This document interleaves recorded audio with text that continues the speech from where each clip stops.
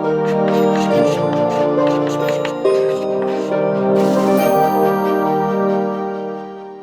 Friends, इस video में हम लोग एक चीज देखेंगे कि जो लास्ट हम लोगों ने एग्जांपल देखा था पिछले वीडियो में, उसमें क्या कर रहे थे कि कहां पर हमारे पास जो मांग की गई उसके लिए पैसे नहीं आ रहे हैं, तो उसकी हम लोग किस तरह से एंट्रीज करेंगे। लेकिन एक चीज है, लास्ट क्वेश्चन में आप लोग लास्ट में देखेंगे तो लिखा होगा कि व्यवहार में समस्त प्राप्त राशि को रोकड़ बही में प्रलेखित किया जाता है, मतलब कैश बुक में एंट्री की जाती है। कहाँ की जाती है? कैश बुक में, और रोजनामचा यानी कि जर्नल में नहीं होता है। तो इस तरह का एक उदाहरण देख लेते हैं जिससे अपने को आइडिया लग जाएगा, और साथ में यहाँ पर हम लोग प्रेफरेंस शेयर की भी बात कर लेंगे, अधिमानी अंश की बात भी कर लेते हैं। तो इसमें ये पांचवा उदाहरण, इसको ठीक से समझिएगा, बहुत ही आसान है, फटाफट इसको कर लेंगे। यूनिक पिक्चर्स लिमिटेड का पंजीकरण 5 लाख रुपए की अधिकृत पूंजी के लिए हुआ। कितनी अधिकृत पूंजी है? 5 लाख की। तो ये ऑथराइज कैपिटल है, इतने को इश्यू करेगी नहीं करेगी नहीं पता, मैक्सिमम इतने को कर सकती है। 20,000 रुपए 5% अधिमान 10 रुपए प्रत्येक अंश। अच्छा, तो अच्छा ठीक है, ये यहाँ पर ये रुपए नहीं होना चाहिए, यहाँ पर 20,000 शेयर्स हैं, कितने के? 5% प्रेफरेंस शेयर वाले हैं, ठीक है, 5% है प्रेफरेंस शेयर।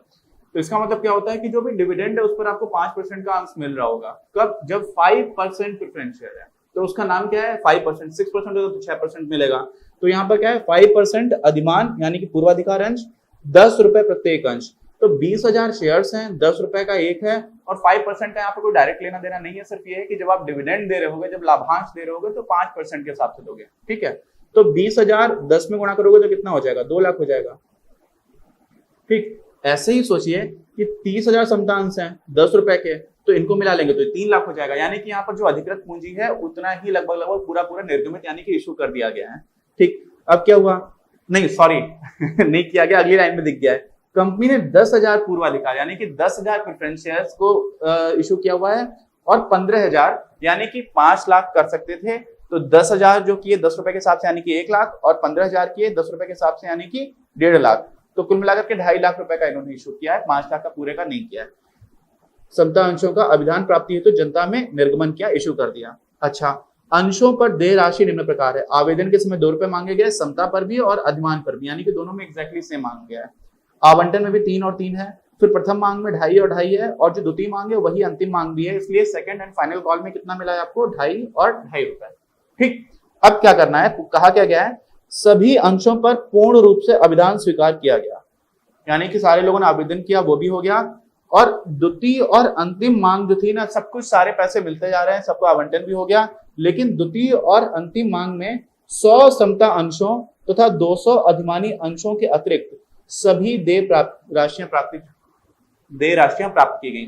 इसका मतलब क्या हुआ कि 100 इक्विटी शेयर्स और 200 अधिमानी यानी कि प्रेफरेंस शेयर्स, इन लोगों ने जो भी पैसे इनसे लिए जाने थे, कब? सेकंड एंड फाइनल कॉल में, यानी कि फर्स्ट कॉल तक तो वहां पर भी पैसे मिले होंगे, आप समझ गए। तो वो वाले पैसे नहीं मिले। तो बहुत ही आसान है। लेकिन बस एक नई चीज ये है कि जो हमारी इन प्रैक्टिस जब भी हम लोग काम कर रहे होते हैं इन सारे को, तो कैश बुक में लिख रहे होते हैं। अभी तक हम लोगों ने जो भी देखा था वो जर्नल एंट्री के हिसाब से देखा था। तो इसमें हम क्या करेंगे? इस वाले प्रश्न में सारे अकाउंट्स क्या क्या बनते हैं, देखिए होता क्या है वास्तव में जो होता है उसको देखते हैं। तो हम लोग जर्नल एंट्री में वहां पर लिखेंगे जहां पर में पैसे का लेन देन नहीं हो रहा होगा। तो पैसे का लेन देन कहां पर नहीं होता है? जैसे मान लीजिए आपने शेयर एप्लीकेशन को शेयर कैपिटल में ट्रांसफर किया, तो एक तरह से मैंने बताया था ना कि शेयर कैपिटल तो बड़ा सा टैंक है, और शेयर एप्लीकेशन है, शेयर अलॉटमेंट है, ये सारे एक तरह के नल समझ लीजिए जिससे पानी आ रहा है। तो ये अल्टीमेटली जब एक अकाउंट से दूसरे अकाउंट में जा रहा हो, कोई पैसे का लेन देन नहीं हुआ, तो उसको हम लोग जर्नल एंट्री में लिख देंगे। लेकिन जब पैसे का लेन देन हो रहा होगा, वो एंट्रीज डायरेक्टली हम लोग कैश बुक में करेंगे। तो एक तो ये चीज आ जाएगी। दूसरा हम क्या कर सकते हैं? बैलेंस शीट बना सकते हैं। हर तरह के ट्रांजेक्शन का हमारी जो बैलेंस शीट है, जो तुलन पत्र है, उस पर क्या फर्क पड़ रहा होगा वो भी हम लोग देख लेंगे। और उसके बाद में एक और चीज निकल करके आती है कि जब आप बैलेंस शीट के बाद में देखोगे ना, तो हम लोगों ने देखा हुआ था कि कई बार क्या होता है कि इस तरह के जो अकाउंट्स होते हैं, किस तरह के? कॉस्ट इन एडवांस, यानी कि बकाया मांग जो होता है उसका हम अकाउंट नहीं बनाते हैं, कई बार उसको नोट्स की तरह लिख देते हैं। क्या कर देते हैं? नोट्स लिख देते हैं। जो भी हमारे बाकी अकाउंट्स थे उसके नीचे हम नोट्स लिख देते हैं। तो उस तरह से हम इस वाले प्रश्न को हल करते हैं। चलिए देखते हैं। तो अब क्या हुआ, ये आपको पूरी चीजें समझ में आ चुकी हैं। 100 समता अंश यानी कि इक्विटी शेयर्स और 200 प्रेफरेंस शेयर्स, बस इससे पैसा नहीं मिला है, बाकी सब कुछ मिल गया। तो बहुत ही आसान है, एकदम से स्टार्ट करेंगे। सबसे पहले आपका क्या हो जाएगा? बैंक में जो आपको पैसे आ रहे होंगे, क्योंकि जब लोगों ने आवेदन किया होगा तो कितना 2 रुपए के हिसाब से आ रहे हैं ना, 2 रुपए के हिसाब से इक्विटी शेयर्स पर आना चाहिए और 2 रुपए के हिसाब से ही प्रेफरेंस शेयर पर भी आना चाहिए। लेकिन वो आपने देखिए यहाँ पे जर्नल में लिखा हुआ है क्या? नहीं लिखा हुआ है। क्यों नहीं लिखा हुआ है? क्योंकि ये एंट्री हमारी कैश बुक में होगी, रोकड़ बही में होगी। और समझिए ये पैसे कहाँ पर आ रहे होंगे, ये पैसे तो सीधे बैंक में आ रहे होंगे। तो रोकड़ पुस्तिका में भी हम लोग क्या करते हैं, जब आपने कक्षा 11 में देखा होगा, तो एक कॉलम तो हम लोग बना देते हैं हमारे पास कैश का, रोकड़ का, नगद का, और दूसरा बना देते हैं बैंक का। लेकिन यहाँ पर सारे ट्रांजेक्शन बैंक के थ्रू हो रहे होंगे, तो हम लोग जो बैंक कॉलम है उसी को देखते हुए बनाएंगे। ठीक, तो देखिए सबसे पहले क्या हो जाएगा, जो हमारा बैंक में पैसे आ रहे होंगे वो किस हिसाब से आएंगे, ये तो आपके क्या है बैंक स्तंभ में इन्होंने लिखा हुआ है, और रोकड़ पुस्तिका में हम लोग इन सारी चीजों को एंटर करेंगे जहां पर पैसे का लेन देन हो रहा होगा। तो 15,000 आपने शेयर इशू किए हुए हैं, ठीक, और कितना आपको पैसे मिलना है, 2 रुपए। तो वो 15,000 का जब 2 में आप गुणा करोगे तो आपको क्या हो जाएगा, 30,000 हो जाएगा।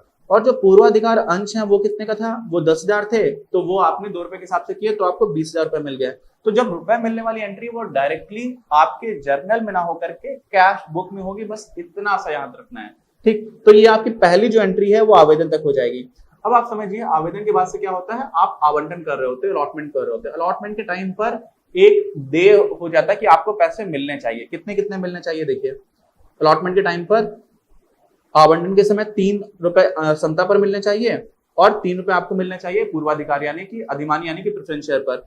तो अब क्या हो जाएगा, यहाँ पर मिलने चाहिए, तो मिलने चाहिए का मतलब क्या हो गया कि कंपनी को मिलेंगे, तो कंपनी के लिए वो एक परिसंपत्ति हो गई। ठीक, अभी मिले नहीं है, और साथ में वो क्या कर देगा, शेयर कैपिटल को बढ़ा देगा। तो शेयर कैपिटल को हम लोग क्रेडिट कर देंगे, तो हमारे लिए पूंजी है ये बढ़ रही है, इसको एसेट कर देंगे यानी कि इसको डेबिट कर देंगे, ये हमारी परिसंपत्ति है। तो ये एंट्री रोजना बचा में होगी, क्योंकि हमें मिलना चाहिए, अभी मिला नहीं है। जब तक पैसे का ट्रांजेक्शन नहीं हो रहा रोकड़ पुस्तिका में हम एंट्री करेंगे नहीं, तो ये एंट्री हमारी हो जाएगी। अब ये एंट्री कैसे होगी, देखिए ये आपकी एंट्री होगी समता अंश आवेदन खाता, जो आपने पहले में यहाँ पर नाम, अच्छा अभी मैंने आपको आवंटन खाते के बारे में बता रखा है। तो देखिए समता अंश का जो आवंटन खाता है, यहाँ पर कितना आपको मिलना था, 3 रुपए के हिसाब से, तो 15 3 45,000 हो जाएगा। और 5% अधिमानी अंश खाता, इन दोनों को आपने कर दिया डेबिट, क्योंकि दोनों ही आपकी परिसंपत्तियां हो गई। और क्रेडिट किसको करोगे, तो मैंने बोला था कि शेयर कैपिटल। अब शेयर कैपिटल, यहाँ पर शेयर कैपिटल में 2 तरह के शेयर्स हैं, एक तो आपके इक्विटी शेयर्स हैं और एक प्रेफरेंस शेयर्स हैं। तो दोनों का ही आप उन खातों को उतने से क्या कर दोगे, यहाँ पर क्रेडिट कर दोगे। ये जो पहली एंट्री उन्होंने कर रखी है, इसमें क्या कर रखा है, जो आपने आवेदन मांगा है उस टाइम की बात की गई कि आपने आवेदन मांगा हुआ है, इतने शेयर्स को आपने इशू किया हुआ है, तो उस टाइम पर आपको 30,000 रुपए मिलेंगे। नॉर्मली जब हम लोग इससे पहले का काम कर रहे थे तो ये वाली एंट्री नहीं कर रहे थे, क्यों, क्योंकि पहले ही बैंक में पैसे हम दिखा दे रहे थे, हम लोगों ने इशू किया हुआ है, हमें मिले नहीं मिले। तो ये वाली एंट्री अगर आप नहीं भी करेंगे तो भी चलेगा। आप समझ रहे हो क्या रहा है, आपने एप्लीकेशन इनवाइट किया, तो आपकी कंपनी के प्रति कोई देनदारी अभी तक नहीं है ना, हो सकता है कोई भी शेयर लेकर के ना आए। जैसे अभी थोड़े दिन पहले क्या हुआ, यस बैंक ने अपने शेयर्स इशू किए थे, एफपीओ किया था, आईपीओ नहीं था, फॉलो ऑन पब्लिक ऑफरिंग था। तो इसमें कुछ 95% के आसपास लोगों ने, जो पब्लिक थी उसने शेयर्स लिए। अगर 90% से कम हो जाता तो फिर ये चलता ही नहीं का मतलब क्या था कि वो वाला जो इशू था उसको कैंसिल करना पड़ जाता, क्योंकि हम लोगों ने पढ़ा हुआ है कि मिनिमम सब्सक्रिप्शन आपका होना चाहिए जो आप पब्लिक के पास कर रहे हो, कम से कम 90% का। ठीक, तो अगर मान लीजिए कोई इशू है उसमें सब्सक्रिप्शन हो ही नहीं पाया, तो आप यहाँ पर पहले से 30,000 रुपए आपको मिलने चाहिए कि नहीं बोल सकते हो। जब आप पर लोगों ने आवेदन कर दिया है फिर आप आवंटन में मांग सकते थे, इसलिए यहां से एंटर करोगे तब भी कोई दिक्कत नहीं हो जाएगी। अच्छा, अब क्या हुआ, अब आपने आवंटन वाला काम भी कर दिया, यानी कि आपको पैसे कितने मिलने चाहिए, यहाँ पर देय है, आवंटन राशि देय अभी मिली नहीं है, और जैसे ही मिलेगी वो एंट्री हो जाएगी कैश बुक में। क्यों, क्योंकि वो तो आपको पैसा मिल रहा है, तो वो वाली एंट्री में क्या हो जाएगा, जो भी आपने यहाँ पर लिखा हुआ है एज इट इज। क्यों, क्योंकि आवंटन में भी पूरा पैसा मिला, प्रथम मांग में भी पूरा पैसा मिला, द्वितीय मांग में नहीं मिला। तो यहाँ पर आप सीधे सीधे अगले फिर से आप चले जाओगे अपना रोकड़ पुस्तिका में, और क्या करोगे, समता अंश आवंटन का जो 45,000 है और 5% जो प्रेफरेंस शेयर्स उनका है 30,000, वो भी आपने लिख दिया। उसके बाद से अगली स्टेप क्या होगी, अगली स्टेप होगी आप प्रथम मांग करोगे। तो यहाँ पर आप मांग कर रहे हो, आपको पैसे मिले नहीं है, तो फिर से देय रहेगा। तो जब देय रहेगा यानी कि आपको पैसे मिलने हैं, आपका मतलब क्या है, कंपनी का, कंपनी को पैसे मिलने हैं, तो कंपनी के लिए परिसंपत्ति हो गई, तो वो डेबिट हो जाएगा। और उसी के करेस्पॉन्डिंग क्या, शेयर कैपिटल यानी कि अंश पूंजी, वो क्रेडिट हो जाएगा। तो वो एंट्री भी बहुत आसान रहेगी। देखिए प्रथम मांग है, यहाँ पर आपने इसको डेबिट कर दिया, और साथ में 5% को भी आपने डेबिट कर दिया, 5% प्रेफरेंस शेयर्स को। क्यों कर दिया डेबिट, क्योंकि ये देय है, परिसंपत्ति है। और क्रेडिट किसको करेंगे, अंश पूंजी को कर देंगे। तो अंश पूंजी खाता समता वाला कर दिया, और अधिमानी का भी आपने अंश पूंजी को क्रेडिट कर दिया। अच्छा, अब क्या होगा, अब आपको फिर से पैसे मिलेंगे फर्स्ट कॉल पर। तो फर्स्ट कॉल पर जो पैसे मिलेंगे वो पैसे मिल रहे हैं, बैंक में आ रहे हैं, तो फिर से वो एंट्री कहां पर होगी, कैश बुक में हो जाएगी। सिंपल है, डायरेक्टली है। 37,500 पूरा मिल रहा था। यहाँ पर ऐसा तो है नहीं कि कुछ शेयर्स के लिए फर्स्ट कॉल पर पैसे नहीं मिले, ऐसा तो हुआ नहीं था। तो एकदम as it is simple entry हो जाएगी। समता अंश प्रथम मांग पर 37,500 और 5% पर 25,000, जो यहाँ पर था एग्जैक्टली वैसा ही हो गया। यहाँ पर वही चीज दे थी, सॉरी, यहाँ पर वही चीज देय थी और आगे क्या है वो देय नहीं आपको मिल गया है। ये समता अंश द्वितीय एवं अंतिम मांग खाता। अब यहाँ पर आती है इस नई बात। यहाँ पर क्या हो रही है, कुछ ऐसे शेयर्स हैं जिनके लिए पैसे वापस लोगों को जो देने चाहिए थे वो नहीं दिए। कितने कितने नहीं दिए थे, देखिए 100 समतांश और 200 प्रेफरेंस शेयर्स, यानी कि 100 इक्विटी शेयर्स और 200 प्रेफरेंस शेयर्स पर पैसे नहीं मिले। मिलने कितने चाहिए थे, 2.5 और 2.5 के हिसाब से मिलने चाहिए थे। इसका मतलब आप ये समझ लो कि 100 गुणे 2.5 यानी कि 250 रुपए तो आपको नहीं मिले किस पे, समतांश पर, ठीक है। और ऐसे ही आप ये समझ लो कि 200 शेयर्स जो थे प्रेफरेंस शेयर्स उस पर भी आपको 2.5 रुपए नहीं मिले, तो कितना हो गया, 500 रुपए, ठीक है। ये किस पर हो गया, अधिमानी अंश पर। बस ये बात आपको ध्यान रखनी है। तो आप ये समझो आपको मिले कितने होंगे, तो दोनों के हिसाब से जो भी आपको पैसे टोटल मिलने चाहिए थे वो क्या हो जाएगा, वो देय है, आपको मिलने चाहिए। तो अगर आपको द्वितीय मांग जब आपने की है उस टाइम पर पैसे नहीं मिले तो आप क्या करोगे, यहाँ पर 15,000 के समतांश है तो 15,000 से गुणा करोगे 2.5 को तो कितना हो जाएगा, 37,500, और ये 2.5 से गुणा करोगे जिसको 10,000 का तो हो जाएगा 25,000, यानी कि इतने मिलने चाहिए। तो जब मिलने चाहिए की आप बात करोगे तो उसको फिर से परिसंपत्ति माना जा सकता है। तो फिर से हम क्या करेंगे, उसको यहाँ पर डेबिट कर देंगे क्योंकि ये परिसंपत्ति की तरह है दोनों। तो ये इतना इतना मिलना चाहिए और इतना ही इतना मिलना चाहिए। तो साथ में क्या हो रहा होगा कि शेयर कैपिटल यानी कि अंश पूंजी भी उतनी ही बढ़ रही होगी, और अंश पूंजी जब बढ़ती है तो उसको हम क्रेडिट कर देते हैं। तो यहाँ पर ये चीजें भी हो गई। लेकिन अब हमारी जो अगली एंट्री आ रही है वही इंपॉर्टेंट थी कि 100 इक्विटी शेयर्स और 200 प्रेफरेंस शेयर्स पर हमको पैसे नहीं मिले। तो क्या होगा, समता अंश द्वितीय एवं अंतिम मांग खाते से, ये समझ लीजिए ये दोनों वो हिस्से हैं जहां से आपको पैसे नहीं मिले, और आपने क्या किया हुआ था, इसके लिए बकाया मांग खाता बना रखा था। ये बकाया मांग खाता क्या है, बकाया मांग खाता एक तरह से ऐसा खाता है जिसमें आपको कल पैसे मिलेंगे, क्योंकि कंपनी को पैसे मिलने हैं, कंपनी के लिए बकाया है, कंपनी ने किसी और पर बकाया नहीं किया हुआ है। तो कंपनी को पैसे मिलने हैं तो क्या हो जाएगा, एक एसेट होगा, एक परिसंपत्ति होगी। तो इस वजह से जब वो अकाउंट बढ़ रहा होगा तो हम क्या करेंगे, उसको डेबिट कर देंगे। तो बकाया मांग खाता में आपका सीधा सीधा 750 कहां से आया, 250 आपका आया था प्रेफरेंस शेयर से और 500 आया था समता शेयर से। अगर मुझे याद है, उल्टा हो सकता है, हाँ सॉरी, समता से 250 आया था और प्रेफरेंस से आया था 500, दोनों को मिला दिया तो आपने क्या हो गया था 750 रुपए। तो 750 रुपए आपके बकाया है। अब कहां से बकाया है, समता अंश से आपके 250 रुपए बकाया है और 5% जो है वो आपके अधिमानी अंश से बकाया है। और ये दोनों क्यों हो जा रहे हैं क्रेडिट, क्यों, क्योंकि आपने पहले इनको जब मांगा जाना था तो आपने यहाँ पर इनको डेबिट कर रखा है। कहाँ पे डेबिट कर रखा है, ये देखो यहाँ पर डेबिट किया हुआ है। क्यों, क्योंकि आपको इतने पैसे मिलने थे, अब उतने पूरे मिले नहीं, जितने नहीं मिले, जितने बाकी रह गए उसको आपने उतने से ही क्रेडिट कर दिया, तो यहाँ पर हो गया। लेकिन साथ में सोचो यहाँ पर पैसे मिलने वाली भी बात हो रही है। तो एक तो चीज हो गई कि आपको 750 रुपए नहीं मिले, इसके लिए आपको जर्नल में एंट्री करनी पड़ी, लेकिन काफी पैसे मिल भी तो गए। कितने पैसे मिल गए होंगे, सोचो 37,500 जो आपको मिलने थे समता अंश से, उसमें आपको 250 रुपए ही नहीं मिला, तो कितना मिल गया होगा, 37,250 मिल गया होगा। और ऐसे ही 25,000 में आपको कितना नहीं मिला, 500, तो यहाँ पर 24,500 मिल गया होगा। तो ये जो एंट्रीज हैं ये आपकी कैश बुक में हो जाएंगी, और वो देखते हैं हम लोग, सॉरी ये देखिए ये एंट्री आपकी कहां पर हो जाएगी, कैश बुक में। मैंने बताया कि यहाँ 250 रुपए बस नहीं मिले थे, यहाँ पर 24,500 जाकर 25,000 की जगह ये दोनों आपने एंट्रीज कर दी। और जैसे ही एंट्री की तो क्या हो गया, आपका ये सारा का सारा जो भी था वो आपके विवरण में जो आप देख रहे हो तो डेबिट साइड पर सारी चीजें आ गई।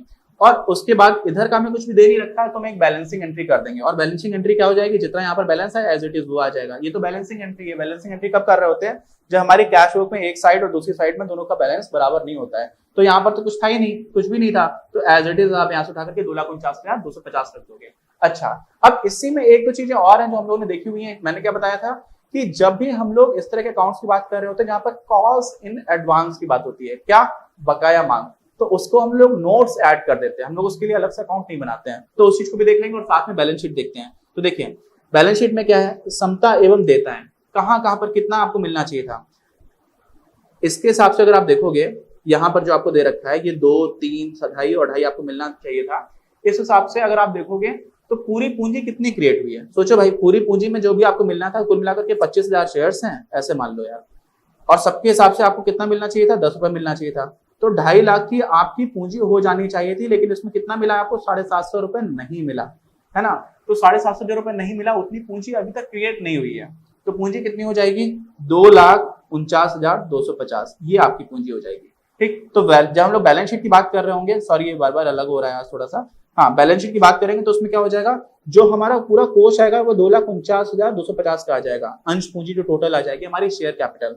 और इसके हिसाब से आप देखिए कि जब हम लोग, होता क्या है, asset is equal to liabilities plus owners equity या फिर कैपिटल। तो हम लोगों ने पूंजी खाता तो देख लिया सीधा सीधा, अब हमारे पास कोई और लायबिलिटी है अभी तक नहीं है, लेकिन हम लोग एसेट देखेंगे तो एसेट हमारा क्या हो जाएगा, बैंक में खाता है ना, नकद एवं नगद समतुल्य। तो नगद तुल्यांक में हमारे पास एक्चुअली क्या हुआ है, बैंक में पैसे आ गए हैं। तुम लोग सीधा सीधा बैंक में यहाँ पर लिख सकते थे, या नगद एवं नगद इक्विवेलेंट यानी कैश एंड कैश इक्विवेलेंट लिख देते हैं, तो वो 2,49,250 से हो गया। तो हुआ क्या, हम लोगों ने अपना बैलेंस शीट बना लिया।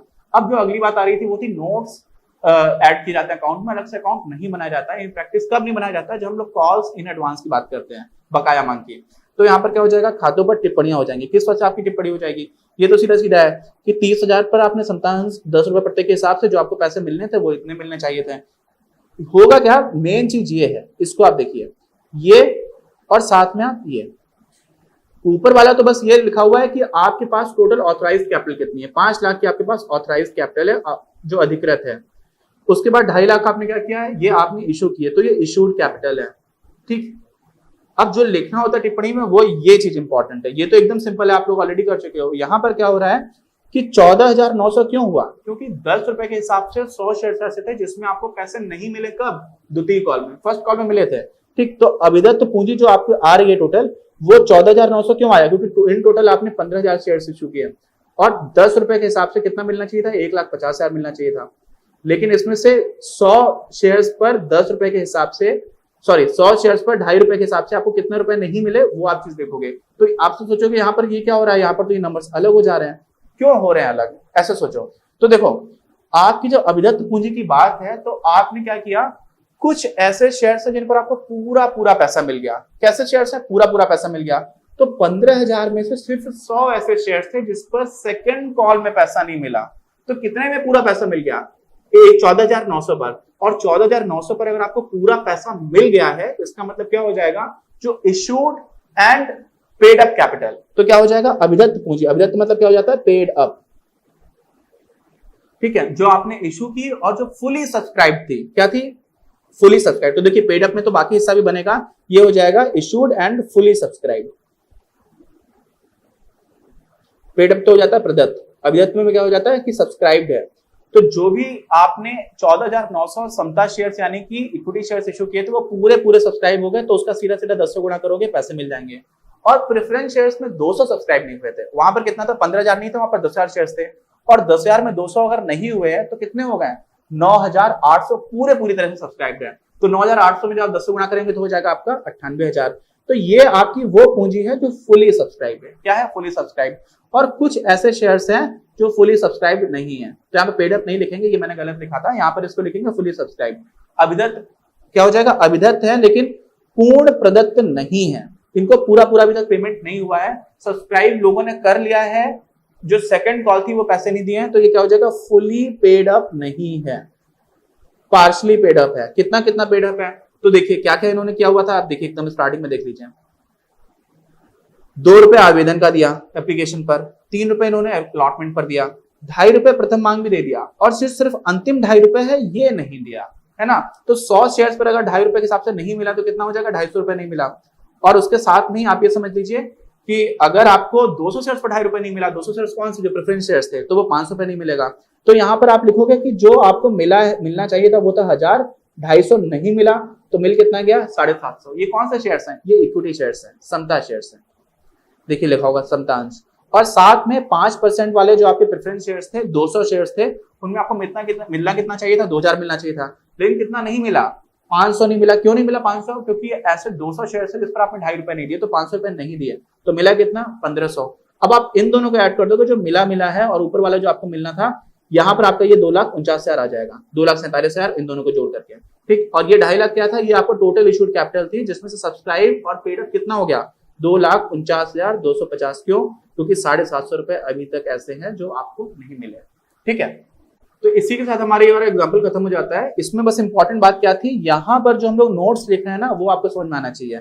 तो हम लोग क्या कर देते हैं, अविदत्त पूंजी में अविदत्त एवं पूर्ण प्रदत्त, यानी कि जितना आपने इशू किया था वो पूरी तरह से लोगों ने सब्सक्राइब करके उसको पेड अप भी कर दिया है। और यहाँ पर क्या है कि पूरी तरह से पेड अप नहीं है, नॉट कंप्लीटली पेड अप। तो वो जो है इन दोनों को ही अलग करने वाली एंट्री आपको ध्यान में रखनी चाहिए थी, और इसी तरह से नोट्स इसको ऐड कर देते हैं। जब हम लोग किसकी बात करते हैं, कॉल्स इन एडवांस की या कॉल्स इन एरियर्स, यहाँ पर बकाया है तो बकाया मांग की यानी कि कॉल्स इन एरियर्स की। अब इसके बाद हम लोग क्या करेंगे, अब हम लोग करेंगे कि जो हमारा कई बार क्या होता है ओवर सब्सक्रिप्शन हो जाता है कि आपने कितने शेयर इशू किए हैं और उससे ज्यादा लोगों ने डिमांड कर दी, तो हम उसको कैसे डील करेंगे, ये सारी चीजें हम लोग देखेंगे अपने अगले वीडियो में। अपनी क्लास का उद्देश्य आप सभी के लिए आप ही की भाषा में गुणवत्तापूर्ण शिक्षा उपलब्ध कराना है। कक्षा 12 तक के सभी प्रमुख विषयों पर हम वीडियोस बना रहे हैं और कुछ विषयों पर वीडियोस आपके अपने चैनल अपनी क्लास की ही अन्य प्लेलिस्ट पर अपलोड भी हो चुके हैं। ज्ञान के प्रकाश से देश को सशक्त बनाने के हमारे इस प्रयास में इस चैनल को सब्सक्राइब करके और लोगों के साथ शेयर करके अपना बहुमूल्य योगदान जरूर दें। पढ़ेगा इंडिया तो बढ़ेगा इंडिया।